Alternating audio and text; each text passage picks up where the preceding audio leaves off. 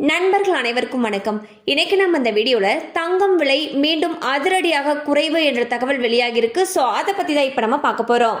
சர்வதேச பொருளாதார சூழல், அமெரிக்க டாலருக்கு நிகரான இந்திய ரூபாயின் மதிப்பு ஆகியவற்றின் அடிப்படையில் தங்கம் விலை நிர்ணயம் செய்யப்படுகிறது.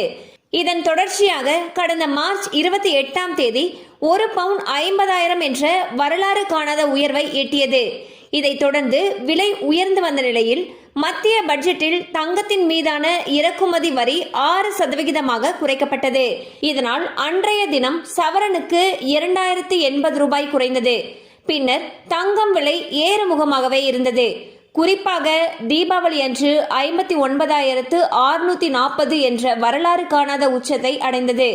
பின்னர் ஏற்ற இறக்கமாக இருந்த தங்கத்தின் விலை 2 நாட்களாக இறங்கு முகத்தில் உள்ளது. நேற்றைய நிலவரப்படி கிராமுக்கு 40 ரூபாய்க்கும் சவரனுக்கு 320 ரூபாயும் குறைந்து 1 கிராம் 7,045க்கும் ஒரு சவரன் 56,360க்கும் விற்பனையானது. இந்நிலையில் சென்னையில் இன்று 22 கேரட் ஆபரண தங்கத்தின் விலை சவரனுக்கு 880 ரூபாய் குறைந்து 55,480க்கு விற்பனை செய்யப்படுகிறது. தங்கம் விலையானது ஒரு கிராமுக்கு 110 ரூபாய் குறைந்து 6,935 ரூபாய்க்கு விற்பனை செய்யப்படுகிறது. கடந்த 2 வாரங்களில் மட்டும் தங்கத்தின் விலை 4,160 என்று குறைந்துள்ளது. ஸோ பாத்தீங்கன்னா தங்கத்துடைய விலையானது கடந்த சில தினங்களாக இறங்கு முகமாக இருக்கு. இது ஏழை எளிய மற்றும் நடுத்தர மக்களிடையே பெரும் மகிழ்ச்சியை ஏற்படுத்தி இருக்குன்னு தான் சொல்லணும்.